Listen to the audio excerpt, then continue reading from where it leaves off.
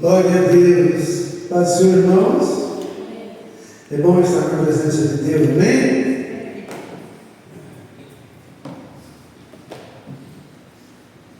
Nós já oramos, agora que vamos estar orando novamente. Aí nós vamos estar orando direcionadamente cada uma das necessidades. Glória a Deus. Nós vamos estudar um pouco a palavra de Deus. Pode ficar sentado mesmo, vamos ler a Bíblia agora. Não é agora, daqui a pouco. Amém? Irmãos, vamos falar da origem, queda e da redenção do homem. O que nós vamos falar hoje? O homem segundo a Bíblia. Quando eu digo homem, é o ser humano, né? Qual é o nosso objetivo? Compreender quem é o homem diante de Deus. Quem sou eu e você? Qual é o seu verdadeiro propósito? Ou seja, o propósito de cada ser humano. Deus tem um propósito para a sua vida que só você pode exercer. Por quê? Porque tem pessoas que só você conhece, só você convive. Então Deus conta com você para um propósito, para um ideal. Gênesis 1, verso 26 e 27, lemos assim: E disse Deus: façamos o homem a nossa imagem, conforme a nossa semelhança. Domine sobre os peixes do mar, sobre as aves do céu, sobre o gado, sobre toda a terra, todo réptil que se move. Verso 27. Criou Deus o homem, a sua imagem, a imagem de Deus o criou. Macho e fêmea os criou. E formou o Senhor Deus o homem do pó da terra, e soprou em suas narinas. E o homem veio a ser alma vivente. Presta atenção, irmãos, o homem foi criado por Deus. Você não é fruto do acaso, como da teoria da evolução de Darwin, que diz que o ser humano veio evoluindo. Nós viemos evoluir. Não, você foi criado já dessa forma, a imagem e semelhança de Deus. Amém. Glória a Deus. E você foi criado corpo, que é essa matéria. Você foi criado alma. A sua alma, qual parte que a sua alma é? Sua vontade, suas emoções, seus sentimentos, a sua alma. E o seu espírito, o que é? O seu espírito é aquele que tem ligação com Deus. O Espírito de Deus entra em contato com o seu espírito. Então, você não é comum. Você não é uma pessoa comum. Você carrega a imagem e semelhança de Deus. Você é importante. Eu sei que as pessoas hoje estão brigando por causa de poder, estão brigando por causa de posição. Mas, irmãos, nesse mundo você não vale muita coisa. Nesse mundo você até vale muito, dependendo da sua posição, do seu dinheiro, daquilo que você faz, daquilo que você é, daquilo que você exerce. Mas chega uma hora que o dinheiro não resolve mais nada. Agora mesmo, escutei hoje uma notícia, escutei pelo rádio, alguém vinha para cá, e o ex-presidente Fernando Henrique, está com 90 e poucos anos de idade, ele já começou a falhar a memória, um homem que ajudou muito o Brasil, com o Plano Real, e também o FIES foi criado na época dele. Ele tem 93, 94 anos, a memória não está funcionando como deve, Então ele foi interditado. Os seus bens agora é o seu filho que é tutor. Os 4 filhos estão na justiça e ele não tem domínio mais sobre o que tem. Por quê? Porque o ser humano, ele é falho. Você nasce, cresce, reproduz e morre. Então, veja bem, como nós somos a imagem e semelhança de Deus, você deve refletir o caráter de Deus. Pois só indicar o que? Virtude de Deus tem que ter em você. Quais são as virtudes de Deus? Amor, justiça, bondade, né? Além da capacidade de governar a criação de Deus. Deus falou para o homem, o primeiro homem, para Adão, colocou ele no jardim do Éden, para ele cuidar do jardim, não foi? Depois criou os animais, falou: olha, Adão, dê nome aos bichos. Diz aqui que Deus deu poder e autoridade sobre todos os animais. Amém? Você não é qualquer coisa, você tem autoridade de Deus. Você deve refletir o caráter de Deus, a bondade de Deus. Tem hora que a gente fica pensando como a maldade do ser humano está tanta. A maldade está demais. O feminicídio está aumentando muito. Não é por quê? Porque as mulheres estão relacionando com qualquer um. Porque o homem tem extinção. Não está tendo homem mais. E o homem que gosta de mulher, aí é que está difícil mesmo. E tem um monte de homem que não gosta de mulher. Então, quando a pessoa se relaciona com qualquer um, isso é muito triste, irmãos. Hoje eu vi, infelizmente, eu falo infelizmente, eu vi uma reportagem, um rapaz que conviveu com a mulher 7 anos, casou com ela, morava, sei lá, e ele não aceitava o término. Ele simplesmente, se você ver essa imagem, você não vai conseguir tirar da sua cabeça. Ele ficou esperando a mulher vir do serviço e passou por cima da moto dela, por um milagre. A mulher, não sei se ela passou debaixo do carro, ela saiu andando de bem. Ele tentou matar ela. Por quê? Porque o ser humano, a maldade está aumentando. Mas eu devo refletir o caráter de Deus, a bondade de Deus. Eu tenho que me colocar no lugar do outro.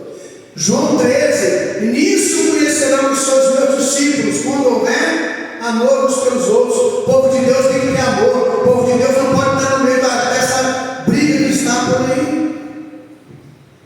Servo de Deus, a arma dele é 38, mas é Atos 2:38. A arma do cristão é 38, mas é Atos 2:38. Arrependei-vos cada um de vós que é batizado em nome de Jesus Cristo, para perdão dos vossos pecados, e recebereis o dom do Espírito Santo. Verso 39, porque a promessa é para vós, para vossos filhos, para todos os o nosso Deus chamado. Então você carrega o caráter de Deus, que você é mais semelhança de Deus. Você vai carregar a capacidade espiritual e racional de Deus, né? Ou seja, você tem o livre-arbítrio, você tem o raciocínio lógico, você pode interagir com Deus e com o ser humano. O animal não. O animal não tem essa capacidade racional. Não tem.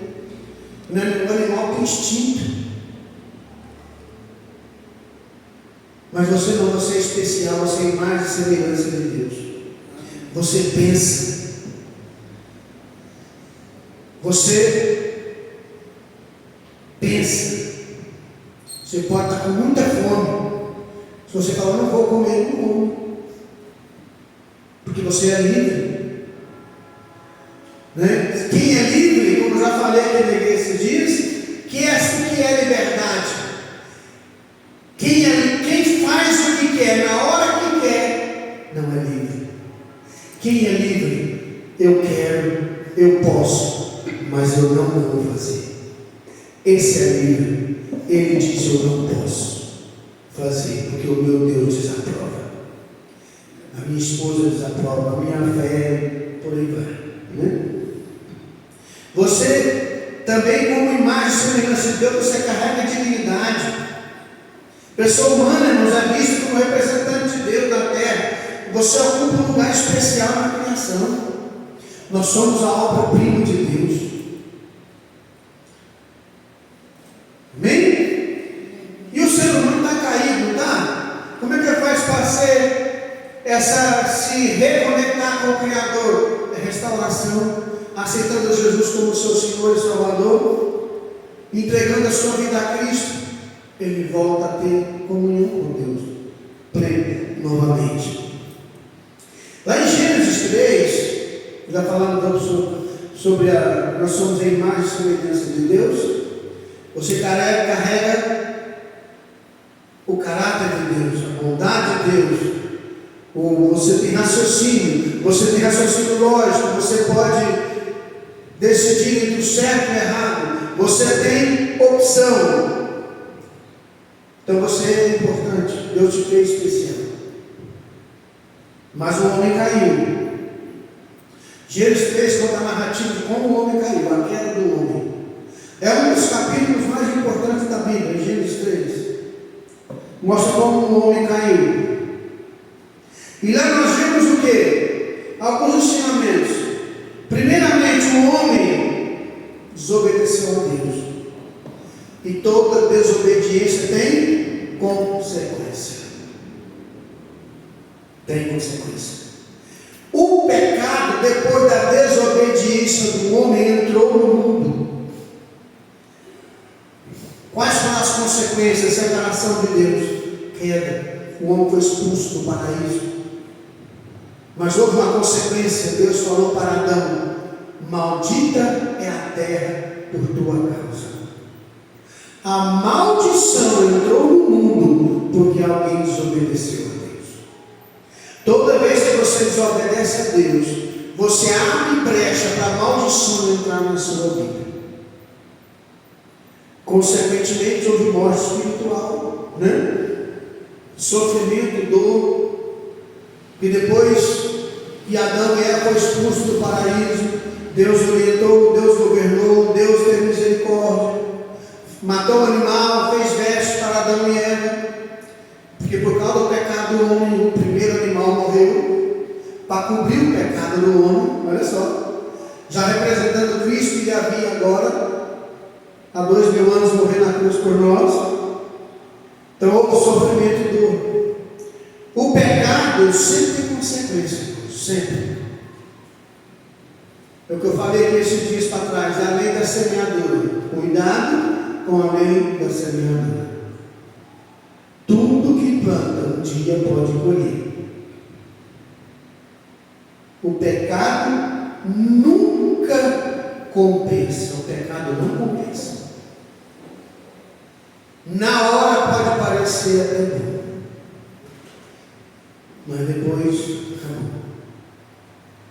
Já conversei e já vi alguns dependentes químicos falarem sobre isso.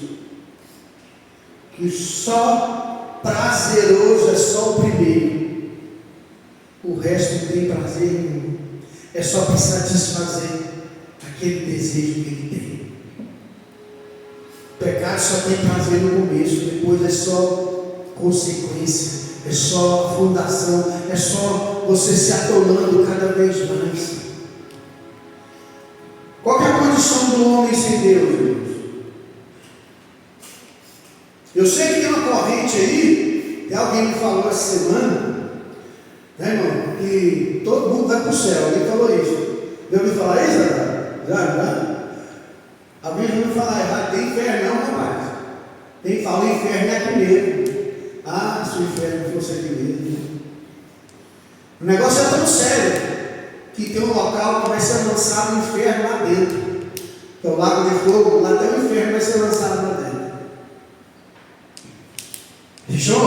Gênesis 3, 23. O Senhor Deus pois lançou o homem fora do jardim do Éden, para lavrar a terra de que fora tomado. Consequência do pecado, foi expulso do paraíso. Consequência do pecado, a condição do homem sem Deus. Romanos 6, 23. Porque o salário do pecado é a morte, mas o dom gratuito de Deus é a vida eterna em Cristo Jesus. Quando foi expulso lá do paraíso, e ele agora sem Deus, ele está perdido. Romanos 3, 23 diz: todos pecaram. Todos pecaram. E destituídos estão da glória de Deus. Agora, Romanos 6, 23 fala: ó, quem peca, todos pecaram. Só que tem um porém: o pecado tem salário. O pecado tem recompensa. O salário do pecado é morte, é afastamento eterno de Deus. Né? Então, quais que a gente pode aprender com essa queda do homem? Primeira coisa, todos vão pecar. Pastor, depois que o senhor se batizou, você pecou? Muitas vezes. Eu acho que todo dia. Acho que eu tenho certeza, né? Como é que a gente faz? A gente confessa o nosso pecado, e aquilo que a gente sabe que é errado, a gente procura não fazer mais. O salário do pecado é morte. A recompensa do pecado é morte. O homem por si só, ele não consegue se salvar. Não dá. Religião. A religião em si, ela não salva. A religião por si só, ela não salva. Tá? A religião por si só não salva. Não. É preciso transformação. É preciso que haja um novo nascimento. Por isso que João, como é que se dá os passos da redenção do homem? João 3,16. Porque Deus amou o mundo de tal maneira que deu o seu Filho unigênito para que todo aquele que nele crê não pereça, mas tenha a vida eterna. Maravilha. Aí Efésios 2, 8 e 9, os irmãos conhecem: pela graça sois salvos, mediante a fé, isto não vem de vós, é dom de Deus. Né? Verso 9: não vem de obras para que ninguém se glorie. Então o homem sem Deus, ele está perdido. O salário do pecado é morte. O dom gratuito de Deus é a vida eterna em Cristo Jesus. Maravilha. Então o que é preciso? Transformação. A pessoa precisa crer em Jesus, recebê-lo como seu Senhor e Salvador. Aí você recebe pela fé a graça. Mas aí não fica só nisso. A Bíblia diz lá em 2 Coríntios 5,17: quem está em Cristo Jesus é nova criatura, as coisas velhas já passaram. Você precisa deixar aquilo que você fazia de errado para trás. Tem que haver transformação. Salvação é graça, não é mérito. O verso 9: não vem de obras, porque eu fiz isso, que eu fui salvo. Não. Salvação não é mérito, é graça. Não é porque você merece, é porque Deus é bom. Porque senão as pessoas iam se gloriar. O novo homem, ele precisa, quantos irmãos acham de Efésios 4, 22? Existe um novo homem. A partir do momento que você entrega a sua vida ao Senhor. Ah, pastor, mas eu não dou conta de largar isso, largar aquilo. Para isso existe uma coisa chamada oração. Você ora, busca, clama, e Deus estende a tua mão e transforma. Efésios 4, 22. Quanto ao trato passado, nos despojei do velho homem, que se corrompe pela sua concupiscência do engano. O velho homem se corrompe. Eu era corrompido, você era corrompido. e vos renovei o espírito do vosso sentido, e vos revistai com novo homem, que segundo Deus é criado em verdadeira justiça e santidade. Quando a pessoa recebe a fé, Efésios 2,8, que ele é salvo pela graça, quando o Espírito Santo entra na vida dele, aí nasce uma nova criatura. As coisas velhas já passaram, tudo se fez novo. E aí, irmão, o que acontece? Ele vai deixando tudo aquilo que estava lá no mundo para trás, porque agora ele foi criado segundo Deus. Você está no padrão maior, mais elevado. Você não vai pensar só nas coisas desse mundo. Quem é servo de Deus não pensa só nesse mundo. Ele pensa primeiramente em agradar ao seu Senhor. Depois ele pensa em conquistar, prosperar na sua vida material, na sua vida particular. Ele quer crescer e prosperar, mas primeiramente é dentro da vontade de Deus. Porque quem está em Cristo Jesus é uma criatura. O velho homem tem que morrer, mas e ele não morre fácil. O novo homem tem que viver em santidade, né? Qual que é o propósito do homem? Presta atenção. Eclesiastes 12, 13. De tudo que se tem ouvido, o fim é, presta atenção, teme a Deus e guarde os seus mandamentos. Este é o dever de todo homem. Quando o pregador, o Eclesiastes, o pregador, ele estava concluindo o livro, ele falou assim: ó, a suma de tudo que eu escrevi é temer a Deus. Guarda os seus mandamentos. Isso é que o mundo depende. E o que Cristo disse? Mateus 22, 37. Amarás o Senhor teu Deus de todo o teu coração, de toda a tua alma, de todo o teu entendimento. Eu preciso ter temor de Deus na minha vida. Eu tenho que entender que eu preciso guardar os mandamentos do Senhor. Eu devo tentar obedecer ao meu Deus. Eu preciso amar a Deus acima de todas as coisas. Colocar Ele na frente. E 1 Coríntios 10, 31 fala que a minha vida tem que glorificar o Senhor. Quer comais, ou bebais, ou façais qualquer coisa, fazer para a glória de Deus. Quer dizer, a minha vida tem que glorificar o meu Deus. Olha só, estamos quase chegando no final. O homem foi criado por Deus, não foi? O homem caiu no pecado, caiu?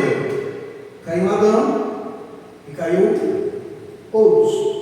Mas em Romanos 8, 1 está escrito: agora, pois, nenhuma condenação há para os que estão em Cristo Jesus, que não andam segundo a carne. O homem precisa de salvação. Se ele cair no pecado, ele agora tem que ser salvo. Deus usa aqui, eu e você, para pregar para essas pessoas. Lembra que no começo eu falei, você tem uma missão, tem pessoas que convivem com você, é só você que fala com elas. Daqui da igreja, essas pessoas de obrigação sua chamar ela para a igreja, falar do amor de Deus para ela. O homem é restaurado em Cristo, não é nas atitudes dele. Primeiro Cristo entra na vida da pessoa. Eu gosto de Ezequiel 2, 1 e 2, quando Deus fala com Ezequiel: filho do homem, põe-te em pé e eu falarei contigo. Versículo 1. Quando ele falava comigo, o Espírito me pôs de pé e eu ouvi o que me falava. Eu preciso deixar que o Espírito entre e faça a obra na minha vida. Porque o homem tem um propósito nessa vida. Você não vive a vida para viver por viver, não. Sua vida tem um propósito, e esse propósito inclui fazer a vontade daquele que morreu lá na cruz do Calvário. Porque sem Deus é perdição, com Deus é salvação. É simples assim. Em obediência, eu tenho um propósito na minha vida. só quer chegar a algum lugar. A grande pergunta responda para você mesmo, na sua casa, na sua oração. Que tipo de homem você está sendo diante de Deus? Que tipo de mulher você está sendo? O que é que você tem que mudar para ser aquele homem de Deus que você era? Ou que você sonha em ser, vamos dizer assim? Então você foi criado em imagem e semelhança de Deus. Deus tem um propósito na sua vida. Você não é obra do acaso. Deus te chamou porque Ele te ama e você vai ser usado na presença de Deus. Sabia que o maior músico que esse mundo já viu, compositor, quando todo mundo achou que ele nunca mais ia compor, aí que ele começou a compor, aí que nasceu as suas melhores obras, pelo Beethoven, não é ele que era surdo? Depois que ele ficou surdo, todo mundo achou que agora não vai compor mais. Mas aí que ele compôs. Porque ele tocava e via as vibrações, naquela época tudo de madeira, né? Tocava e via as vibrações e ele começou a compor, só por aí. Você pode ser útil. Deus tem um propósito na sua vida. Vamos ficar em pé.